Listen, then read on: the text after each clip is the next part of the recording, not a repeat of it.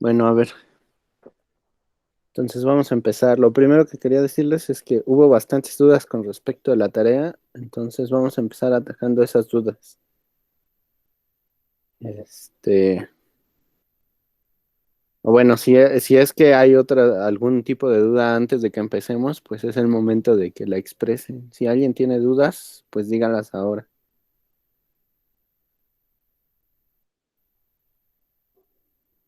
O todo está claro hasta ahorita.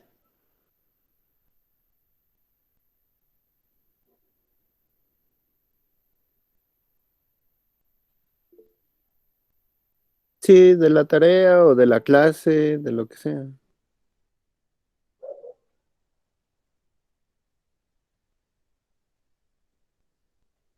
Bueno, de lo que sea lineal 2 en el curso, o sea, no así en general de lo que vayas.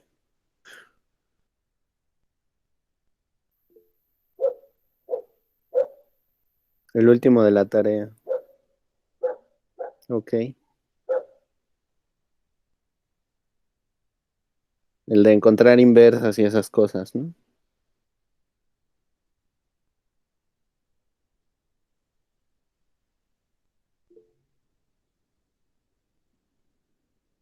El ejercicio de neutros es claro, o bueno, fue claro para todos los que están presentes.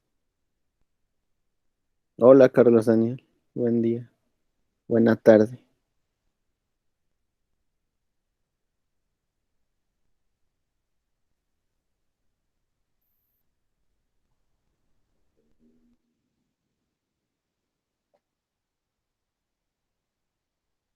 Estamos viendo si tienen dudas.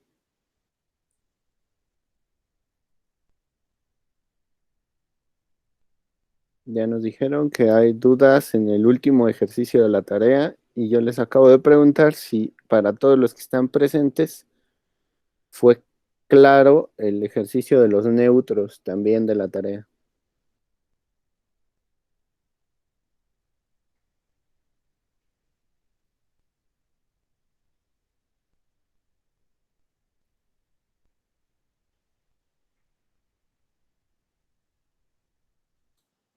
Profe, yo tengo una duda con el ejercicio G. Bueno, Ujú. en las funciones G sub n, o sea, G minúscula, ¿es un más o un por? Es un Este... más. Ujú. Subimos la corrección en una imagen porque Ah, ok, ok. estaba equivocado. Ujú. Bueno, gracias. Ujú. Bueno, pero entonces con todo lo demás, para todos está claro. Ayer estábamos viendo el último problema con el profesor. Ujú. Él, bueno, no sé, no le entendí muy bien una parte que decía que teníamos que probar que la función era suprayectiva para ver que si existían inversos. Ok. Entonces ya son dos personas, ¿no? El último ejercicio de la tarea era el de la H, ¿no? Sí, bueno, es que en realidad se supone que nos dan una n y, bueno, dada una n, vemos que si existe una función inversa, ¿no? Ujú. Y bueno, yo me imaginé que, por ejemplo, si fuera un quinto, ¿no? Entonces, que sea 5 su función inversa, por ejemplo. Eh, pero entonces, de qué viene lo que sea suprayectiva? Eso ya bueno, no sé qué venía. Ahora lo vemos. Entonces, pues, como no hay más dudas, vamos a ver entonces el último ejercicio de la tarea, a ver si se los puedo aclarar un poco. Voy a compartir el pizarrón.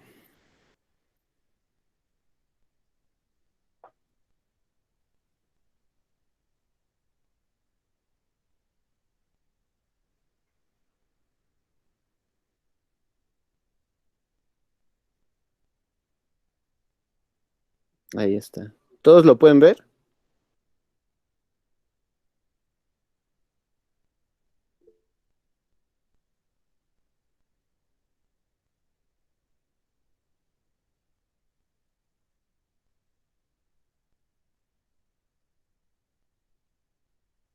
sí, y sí, y sí. Ok. Hay 3 sí, entonces mínimo 3 personas lo pueden ver. A ver, vamos a ver esto. Concretamente, la tarea es el último ejercicio. Dice H, que es la versión de la función f anterior, pero trabajando en los racionales. Entonces, la acción es idéntica, ¿no? Toman un racional n en q, y entonces la acción de esta cosa es mandar n a n por x, ¿no?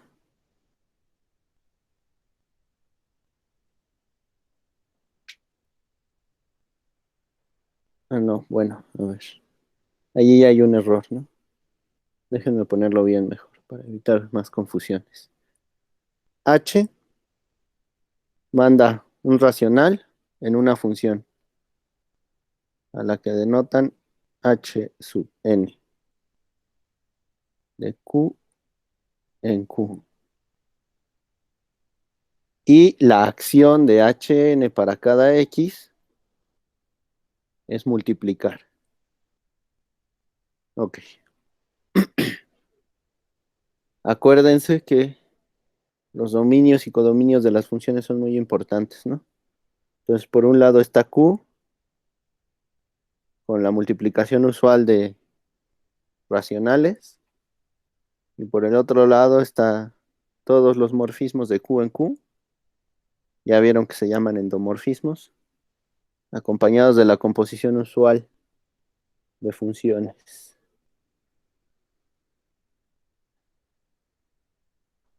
Verónica dice a Fn que diga Hn. Ok, ok. Creo que vamos bien hasta aquí, ¿no? No hemos hecho nada. Entonces, una de las preguntas es si se toma algún n en Q, ¿existe un inverso para Hn? Incluso lo denotan, o bueno, Luis les pone una notación ya sugerida para tal inverso si es que lo encuentran, ¿no? Entonces, a ver, lo primero que tienen que recordar y que no pueden olvidar nunca es qué significa que algo sea un inverso. Entonces, a ver, ¿quién me dice que es un inverso? La inversa de la función sería que al componerla Ujú. nos mande al elemento, bueno, a la función neutra. En este caso, pues sería el mismo neutro que en el caso de A, no, de Fn. ¿Y cuál es ese neutro? Sería el 1 subíndice n natural. Ok, solo que en este caso ya no son naturales, ¿no? Sí, Son sería la función racionales. f. ¿No Ajá. sería la función uno? Bueno, la función con su índice uno. Sí, de hecho, Y, así como lo denotó el profesor, que la función con subíndice n es la función neutra. Ok, entonces ya empieza a quedar clara un poquito del problema, ¿no? Lo primero es que como su función Hn, todas las Hns que van a poder tener o a las que van a poder tener acceso, están definidas en función de lo que hay atrás. Y lo que hay atrás es esto, Q con la multiplicación. Entonces, si encuentran los neutros de aquí, era el propósito del ejercicio anterior. Si encuentran los neutros de aquí, en este caso el neutro multiplicativo en Q, que es 1, van a poder encontrar los neutros de acá. En este caso, como decían, 1 sub 1. ¿Qué es lo que va a hacer 1 sub 1?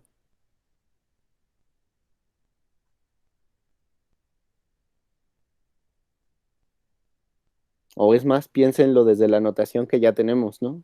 ¿Quién sería h sub 1? H sub 1 de x, ¿a quién sería igual?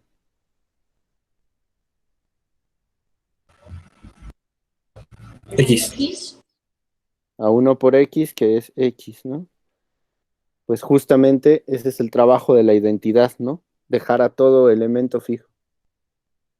¿Sí? Es el mismo trabajo de la identidad. Entonces, 1 sub 1 es exactamente h sub 1.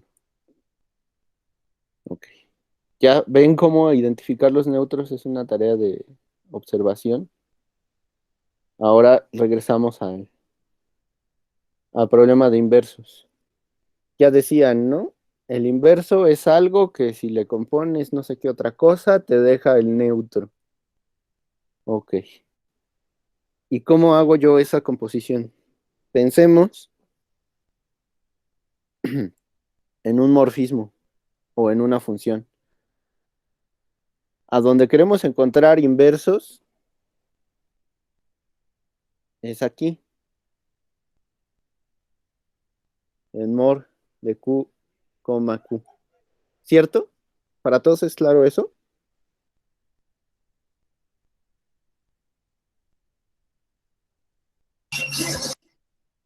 Ok. Perdón, ¿cuál fue la pregunta? Es que no te La, escuché. la- la pregunta es si para todos es claro que los inversos que nosotros estamos buscando están aquí, en los morfismos de Q en Q. Sí. Ok. Entonces, a ver, fíjense. Ah, sí. Vamos a ver qué rayos es esa cosa de morfismos de Q en Q. Vamos a hacer un paréntesis antes de entrarle a los inversos. Nada más para que el compañero que preguntó acerca de la suprayectividad vea por qué motivo se requiere o se piensa en algo que tenga que ver con suprayectividad. No, este es Q. Los endomorfismos de Q en Q. ¿Qué es eso? ¿Qué conjunto es ese o qué hay aquí adentro? Las funciones que van de Q en Q. O sea, no podemos tener algo así como pi por n porque eso ya se sale de ahí. Excelente. Entonces, a ver, si solo tenemos f de Q en Q, mi pregunta para ustedes sería, para toda f de mor Q, de los morfismos de Q en Q, existe una n en los racionales, tal que f se ve como hn. ¿Es clara la pregunta?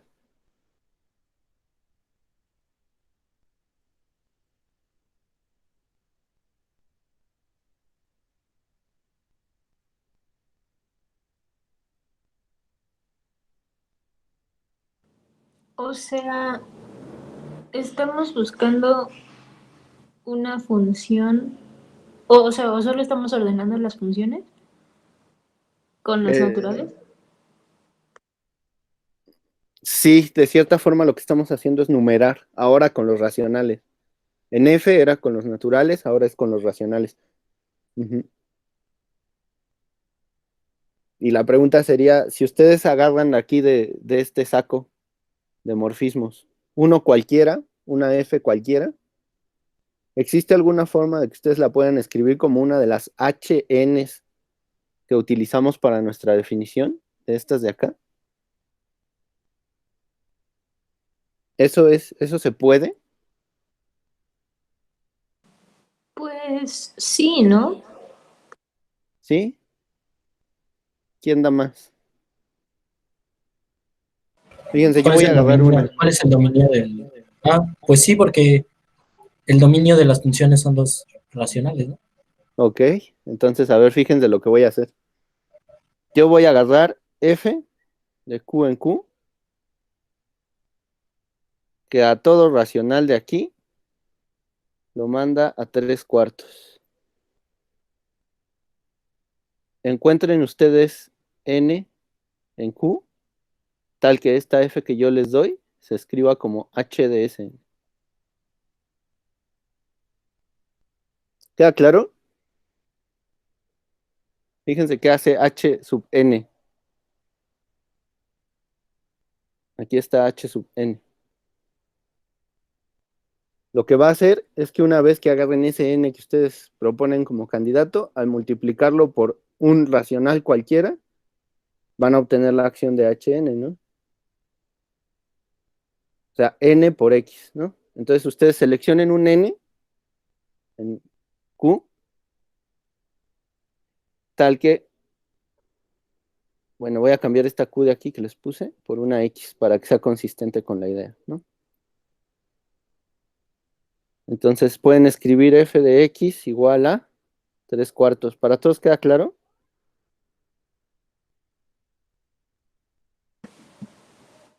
Pero ahí HN no sería H3/4, ¿o sí? ¿Qué haría h 3/4? A una x la manda a quién. A 3/4 de X. Ahí está. ¿Y a poco estas dos son iguales?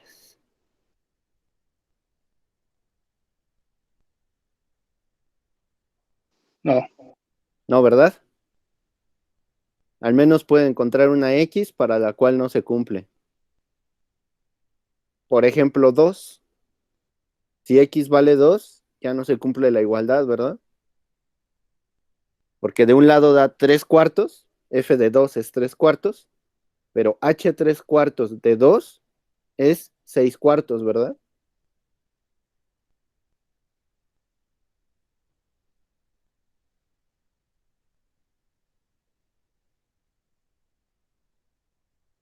Entonces la respuesta es no. Bueno, esa n no funcionó. Busquen otra, a ver cuál funciona.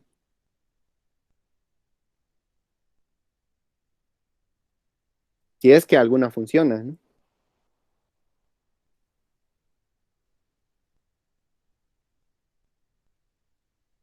sería 3/4x. Ah, pero ¿a poco eso está en Q? ¿Es una n fija en Q? Ah, ok. Fíjense, Entonces nunca vamos a encontrar una. exacto, ¿no? Fíjense lo que hace h.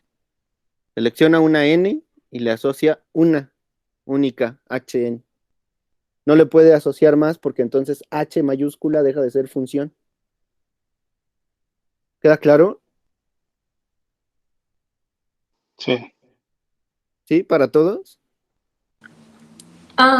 O sea, 3/4X no sirve porque N, o sea, porque ese 3/4X supongo que es la N y Sí, ya no es fijo porque depende de X. exactamente, Ok, ok. ¿no? X se va a mover sobre los racionales. Entonces lo que estarían diciendo es que a una misma n se le están asociando muchos h de n, ¿no? Tantos como se mueva x. Entonces h mayúscula deja de ser función.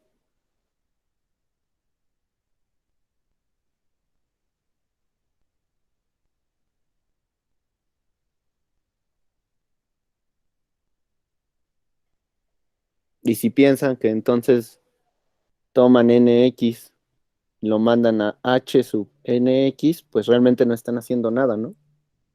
Es exactamente lo mismo, solo cambiando el nombre de la variable. Pues este es alfa ahora y obtienen h de alfa, ¿no? Y la acción es exactamente la misma, salvo un cambio de nombre. Entonces no están haciendo nada. ¿Queda claro?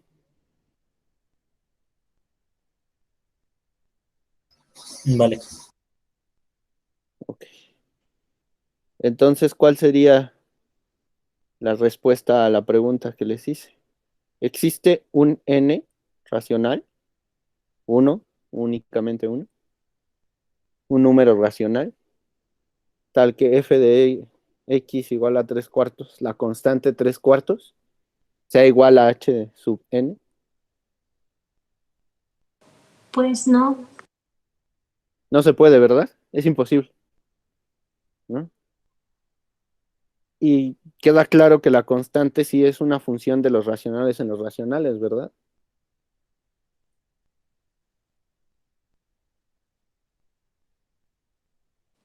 Pues sí, porque, o sea, al final 3/4 pues sigue siendo racional. Exacto, y es función, ¿no? Nada impide que las funciones sean constantes. Entonces, ¿cuántas funciones de Q en Q tenemos que no se pueden expresar como alguna HN?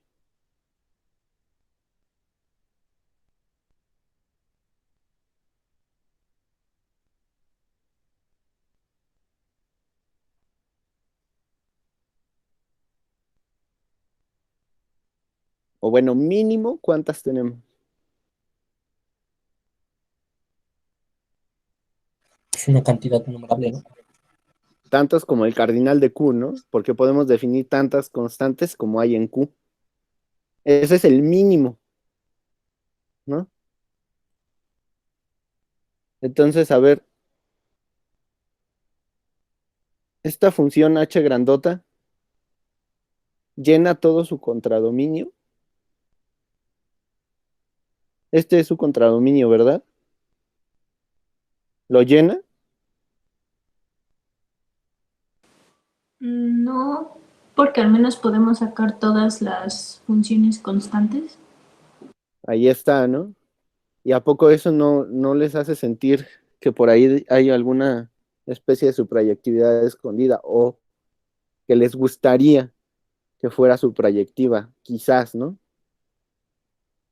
O sea, cuando no se llena el codominio, cuando no está lleno el codominio, uno empieza a pensar en suprayectividad, ¿no? Cuando sí está lleno el codominio, uno empieza a pensar en inyectividad porque quieres hacer todavía más cosas, ¿no? ¿Sí, sí está claro lo que les estoy diciendo? Sí, Ok, entonces por eso la pregunta de la tarea está restringida. Dice claramente, dado n en q, podemos hablar de la función inversa para h sub n. ¿Ven? No les puede decir para cualquier función de q en q porque pues quién sabe cómo se construyan, ¿no? Pero para h sub n tiene sentido. Y ahora sí ya podemos empezar a hablar de inversos. Bueno, esto era para el compañero que preguntaba algo acerca de la suprayectividad. Pues resulta que h mayúscula no llena su contradominio. Ujú. También alguien me preguntaba acerca de grupos, ¿no? Que si entonces los morfismos de Q en Q con la composición se hacían un grupo, quién sabe, ¿no? No lo podemos saber a través de H mayúscula en principio, pues porque no llena todo el contradominio. Así es de que no nos podemos valer de H todavía. Entonces, a ver, ¿quién me dice? Ah, ya me habían dicho, ¿no? Inversos. Y ustedes escriben, sea F,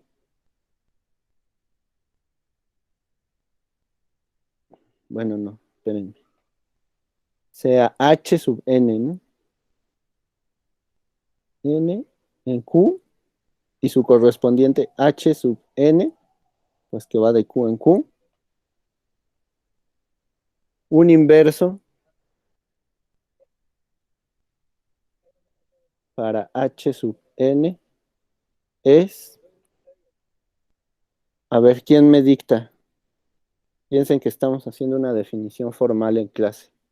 Definición, sea N en Q y H sub N, definida como lo hicimos en la H mayúscula. Un inverso para H sub N es, Pues H sub 1 entre n. bueno, pero sí para n entiendo. distinta de cero, ¿no? Entiendo lo que están haciendo, pero piénsenlo todavía antes de decir quién es específicamente el inverso. Vamos a definir lo que es un inverso.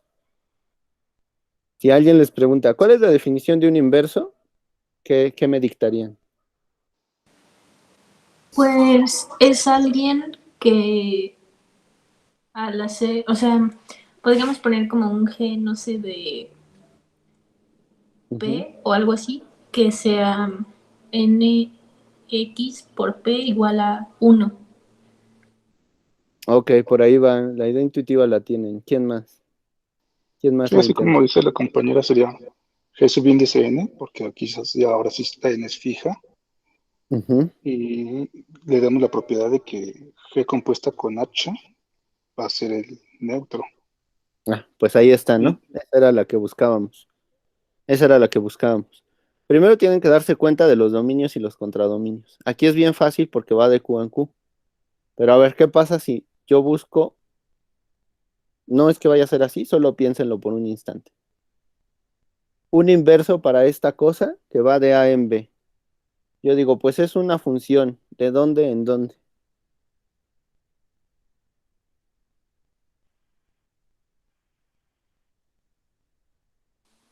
De verdad. ¿qué es el inverso? De B en A, exacto, ¿no? ¿Se dan cuenta cómo tienen que estar los dominios y los contradominios, verdad? En este caso es muy fácil porque todas son Qs. Entonces, nunca pierdan de vista eso porque les va a dar la pauta para definirlo. Entonces, es una G de Q en Q tal que, pues, H con G es algo y también del otro lado, ¿no? ¿Y quién es el algo?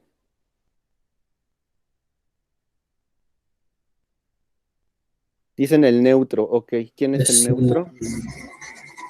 1 sub Q, bueno, 1 sub 1, como lo plantearon ahí, ¿no? Exacto, 1 sub 1 o H sub 1, que ya habíamos visto que era la misma cosa, ¿no?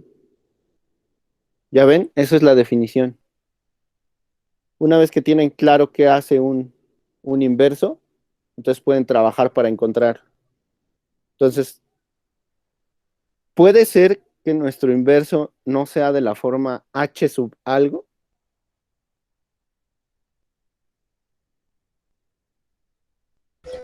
¿Les pregunta? Sí, es pregunta.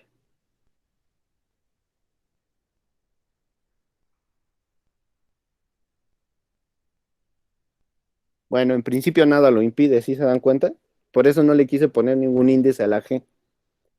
En principio, nada les impide que sea una G libre, ¿no? Sin que sea, podría ser alguna constante, tal vez, ¿no? No lo sabemos todavía. ¿Ven? Hasta aquí no es claro quién puede hacer, ¿no?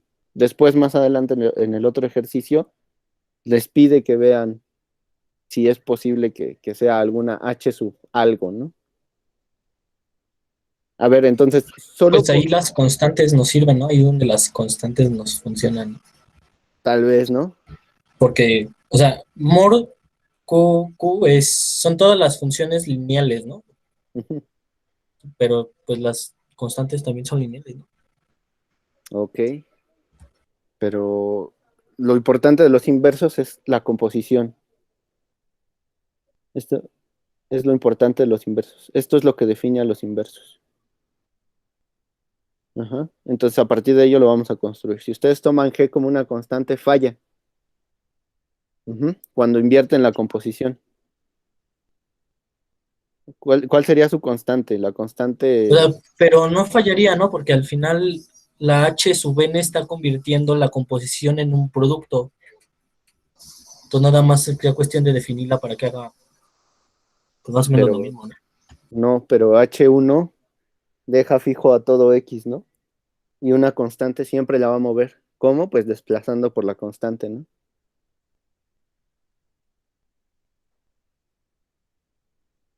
sea, la única constante que les podría llegar a servir, pues es el cero, ¿no? No, bueno, no, el uno multiplicativo. Perdón, estoy pensando en suma. El uno multiplicativo es la única que les puede llegar a funcionar, ¿no?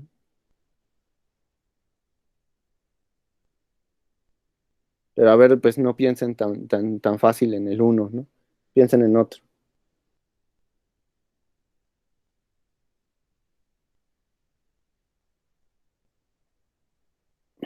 No sé si los estoy confundiendo más. A ver, fíjense bien en lo que están buscando, ¿no? Dos composiciones. Entonces, por un lado quieren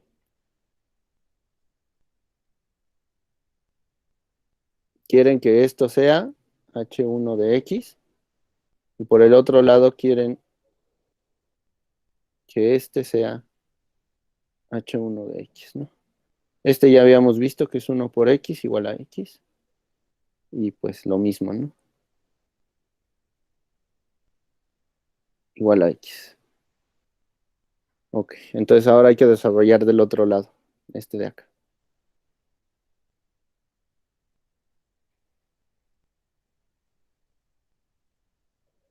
¿Queda claro? N sigue siendo un racional que ustedes quieran.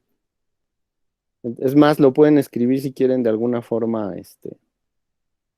si se les hace más cómodo, entonces N puede ser P entre Q para que sí parezca un racional, ¿no?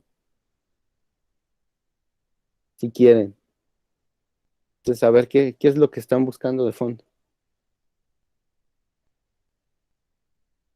La primera es G de Hn de X. Y esto es G. ¿Qué hacía Hn? Multiplicar, ¿no? N por X. Y lo que quieren es que esto sea X.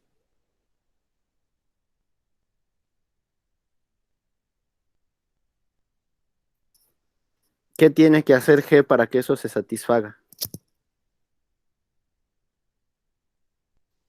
Tenemos que encontrar el neutro de n. El, Bueno, el inverso de n más bien, perdón. el inverso de N, ¿no? Entonces, en Q, P entre Q tiene inverso. Y es... ¿Quién es? Q en P. Q entre P. Para todos, ¿verdad? No importa qué racional encuentren, lo pueden invertir, ¿verdad?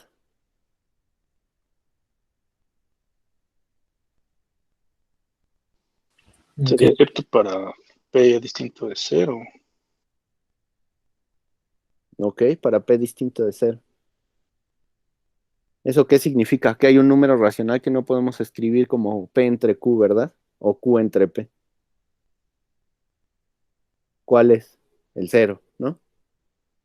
Porque si P es 0, P entre Q es, 0. ¿ok?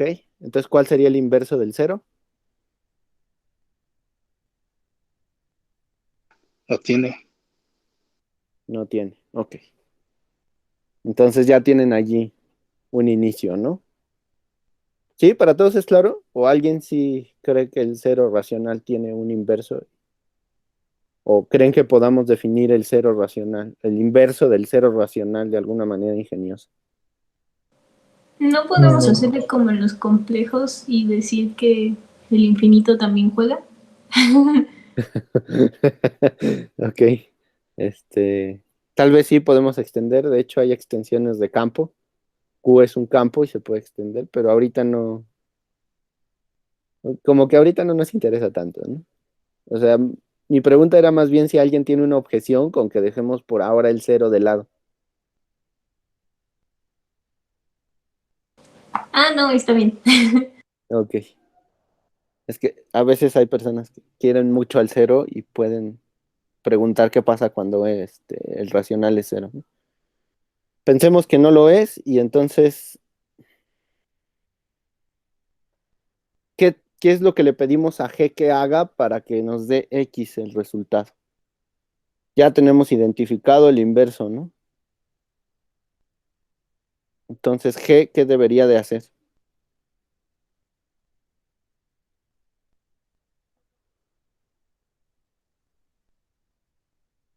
¿A quién es igual? ¿Quién me dicta, por favor?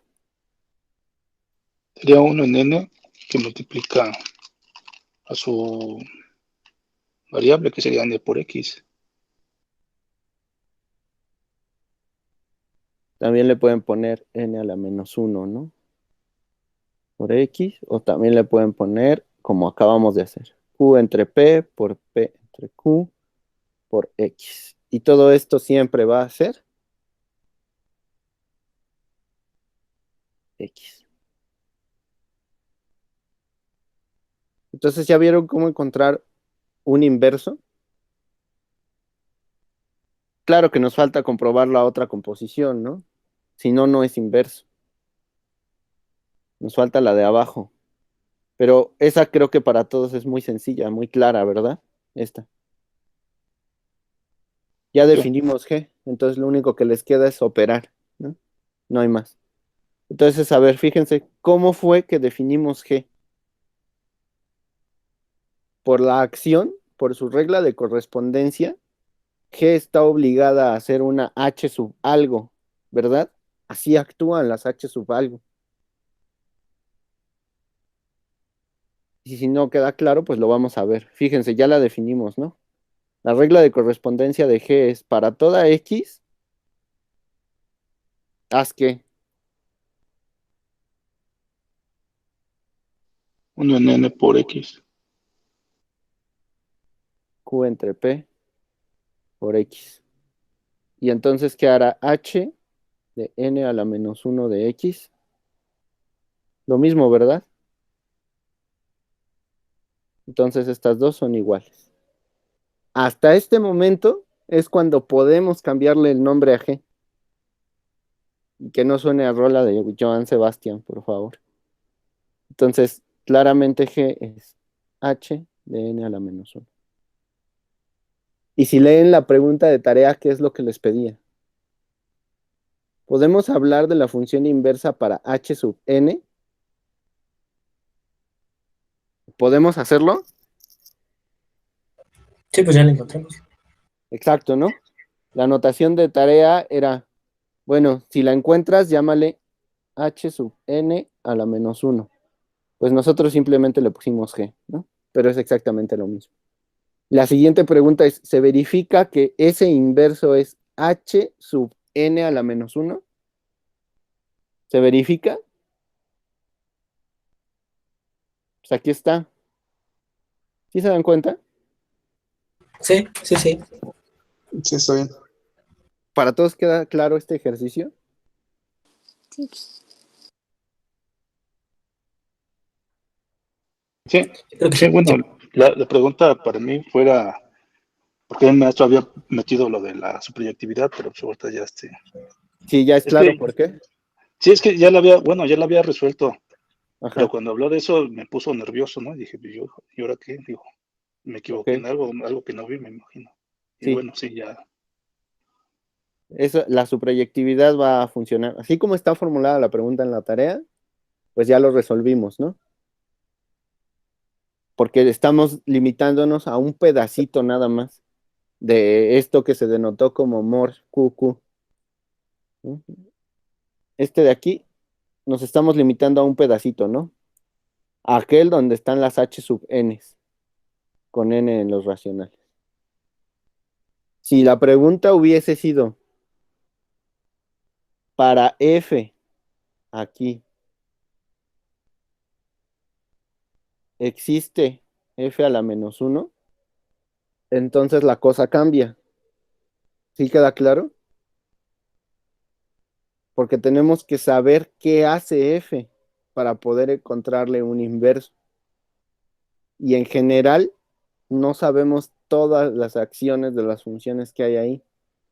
Por ejemplo, yo les dije una constante, ¿no? Pero puede haber cosas todavía mucho más raras, ¿no? Ya Oye, está pero claro. las H sub n sí están ahí, ¿no? ¿Cómo? Las H sub n sí están ahí, ¿no? Claro que están allí, ¿no? Justamente son funciones de Q en Q. Acá están, mira. Y claro que están allí metidas, ¿no? Pero no son todas las que hay. Bien que podemos seleccionar otras, que en Ah, bueno, principio sí. ni tenemos por qué saber cómo se comportan, y preguntarnos, ¿existe un inverso para esas cosas? Y entonces nuestra respuesta sería, creo que ¿Quién sabe, no? inequívocamente, quién sabe. ¿Queda claro? Sí. Entonces, por eso la pregunta de la tarea estaba formulada para H sub n, ¿no? Esas son a las que sí les podemos garantizar un inverso. Y todavía la siguiente pregunta, pues era ver si una vez encontrando ese inverso, pues es H del inverso de n, ¿no?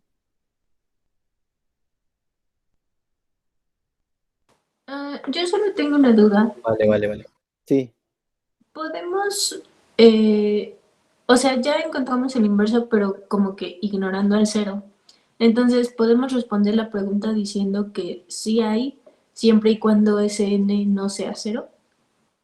Mm, siempre y cuando ya te hayas preguntado qué pasa con el cero, ¿no? O sea, entiendo y creo que más bien tu pregunta sería, pues ya vimos cuando no son ceros, entonces a ver qué pasa con la cero, ¿no? A ver, sea cero aquí. ¿Todos admiten el cero como racional? Sí, Bueno, sea cero allí. Entonces, nuestra asignación H mayúscula no discrimina, ¿no? Es bastante incluyente. Y va a asignarle H sub 0, de Q en Q. ¿Cuál va a ser su acción? ¿O qué es lo que va a hacer H sub 0?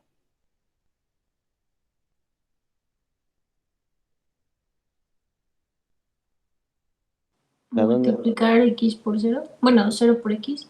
Muy bien. ¿Y esto cuánto es en nuestro mundo matemático fantasioso? Cero. Casi siempre cero, ¿no? Ok. Entonces, ya sabemos quién es H sub 0. ¿Qué pasa si queremos encontrarle un inverso?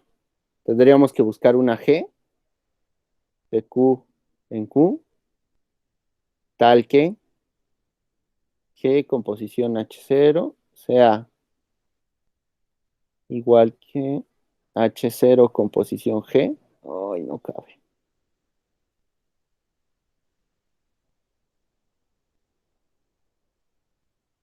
Composición G. Y eso tiene que dar la identidad, ¿sí? La que ya habíamos discutido, que es H sub 1. A ver, ¿existe tal G? Misma idea, ¿no? Vamos a ver. Esto de X, ¿cuánto sería? G de H0 de X.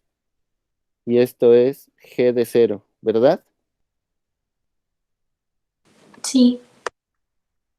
Por el otro lado, esto es H0 con G de X y esto es H0 de G de X.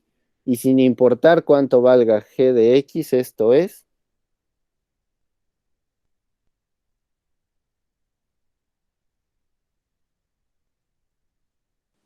Uno.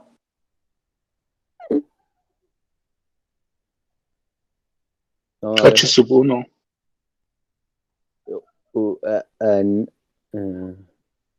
Ah, no es A ver, cierto, cero. eso. Sí, ¿verdad? Porque a ver, fíjense arribita, arribita está H sub 0 de lo que sea, ¿no? ¿Sí?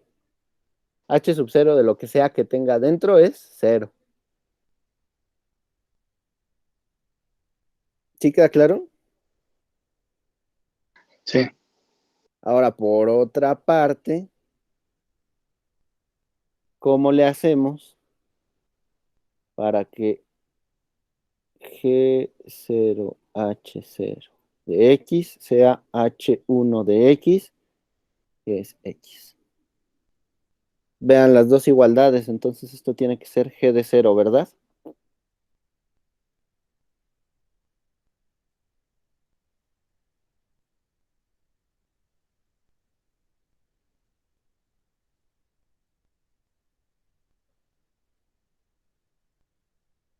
Sí, ¿verdad? Si queremos que G sea inverso, pues por una parte, G de 0 tiene que ser igual a X. Ajá, sigan esta de acá. Ujú. Si quisiéramos que se satisfaga, entonces G de 0 tendría que ser X. Todavía más, ¿no? Vámonos con la del otro lado. H0 de G de X. Quisiéramos que también fuera H1 de X, que es X. Y ahora si siguen la otra igualdad, esto tendría que ser 0, ¿verdad? ¿Sí o me equivoco?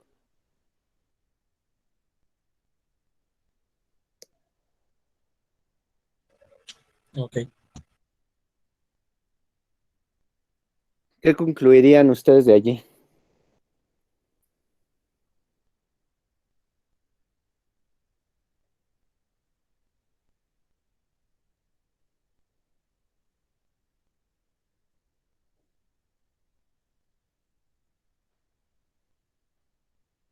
Miren, vean fijamente esta.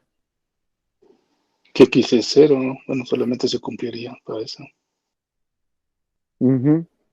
¿Ya lo ven? Esa condición solo se cumple para la X igual a 0.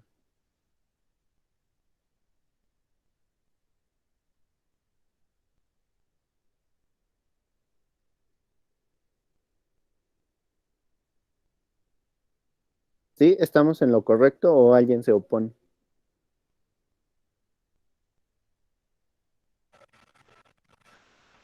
Ok. Sí, pero entonces G ya no sería de Q en Q, o sí, pero, o sea, lo que me refiero es que ya se sale como de las funciones que teníamos al principio, ¿no? No, no realmente. Bueno, mm, creo que entiendo la duda, pero en principio no. Más bien lo que estamos diciendo es que esa composición solo se cumple para X igual a 0. Es decir, si existiese una tal G de Q en Q, que al componerla por la derecha con H sub 0 dejara la identidad, el único punto en el que eso se cumpliría es en X igual a 0.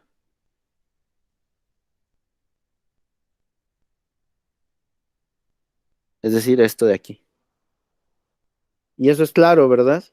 Porque si agarran X igual a 2, H1 de 2 tiene que ser 2.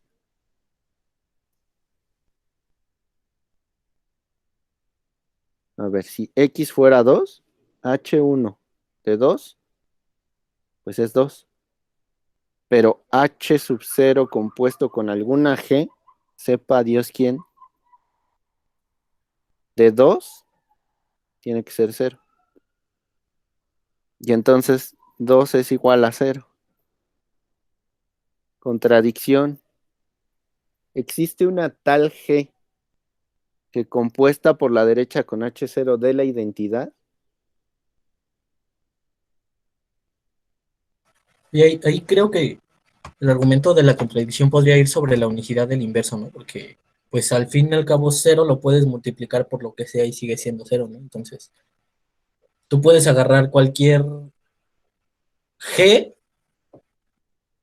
o sea, cualquier H de N, la que le llamamos G, y componer de los dos lados y esa condición se sigue manteniendo. Si X, o sea, si N es igual a cero, si agarras H sub cero, Ujú. al componer de los dos lados eso se hace cero, ¿no? Y ya encontraste como que el inverso ya no es único, ¿no? Porque Ah, el cero es factor común de lo que sea. Entonces sí, a la pero hora a de ver, multiplicar. fíjate qué pasa con la de arriba.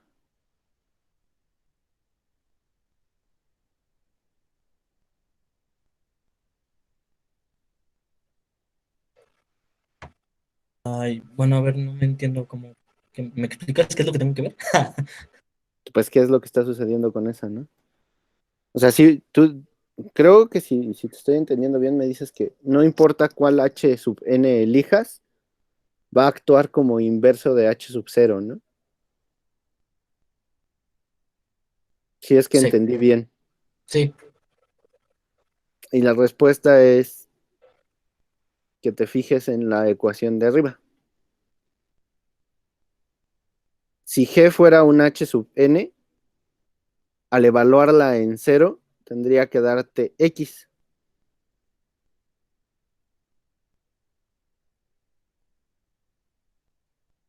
¿Y eso es posible?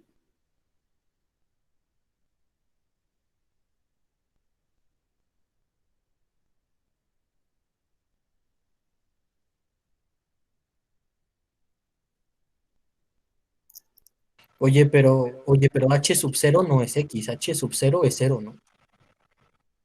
Sí, a lo que voy es que no te va a dar la identidad de un lado, fíjate. Aquí tengo h sub 0 de x. Fíjate, lo hicimos desde arriba. ¿Quién Ah, es bueno, G, pero, perdón. ¿quién es G composición h sub 0 de x? G de 0. Y nuestra aspiración es que fuera la identidad para que G fuera el inverso. Ajá. De allí salió esa igualdad. A ver, fíjense. Ah, ya. ¿Ya lo entendiste? Fíjate, h Ya. sub n composición con h0 de x, ¿no? Esto es 0 siempre, ¿no? Porque es 0 por n por x, ¿no? Y por el otro lado también, porque esto es 0 por n por x, ¿no? Pero ¿a poco esto significa la identidad? Ah, bueno, todo eso es bajo lo que dijiste, que X sea igual a 0, ¿no? Pues sí, pero no nos sirve para uno, ¿no? La identidad es para toda x.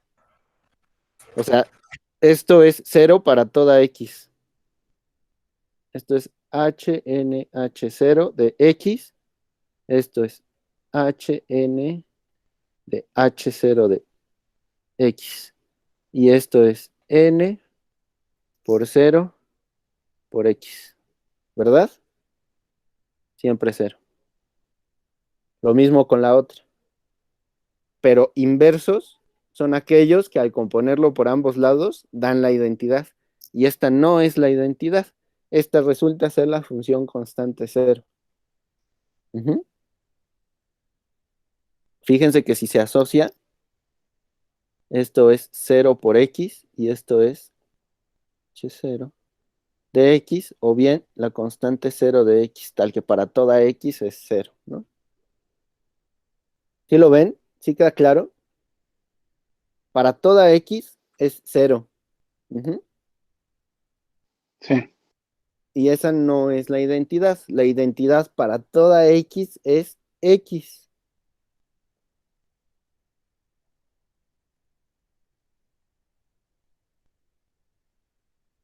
Entonces, ¿existe un inverso para h sub 0?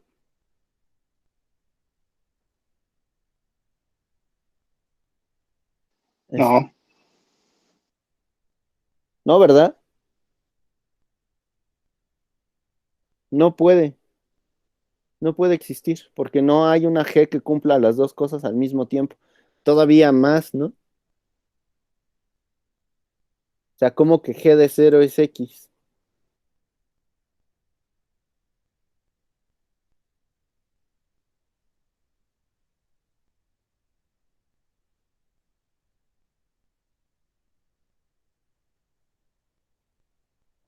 ¿Sí queda claro? Ok, sí. ¿Sí? ¿Sí queda claro que no puede haber ninguna función? Ni siquiera, o sea, ya con lo que preguntó el compañero, vimos que ni siquiera una H sub n puede invertir, ¿no? Porque siempre que se componga H sub n con H0 va a dar 0. Y si la compones al revés, va a dar 0.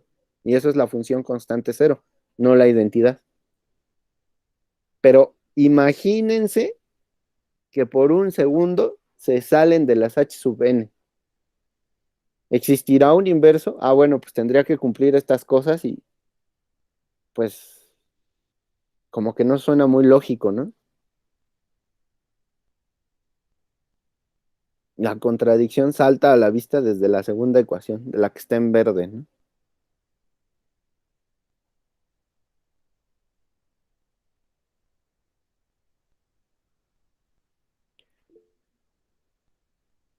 Qué problemático el cero. Pues en ciertos ejemplos en general no es así, ¿no? El cero trae un papel filosófico fundamental en todo, ¿no? De hecho, en teoría de categorías, el cero es una de las propiedades universales más fundamentales que existen, en el sentido que es una de las más generales, ¿no? La existencia del cero es fundamental en las matemáticas, no es un regalo ni un problema realmente así, que se pueda despreciar. Es fundamental en las matemáticas, la existencia del cero. O bueno, la existencia de esa idea, ¿no? Del ser. Son 7:02. Yo voy a detener la grabación aquí, pero si hay dudas, adelante, pueden preguntar. Y quien se quiera desconectar, adelante, pues.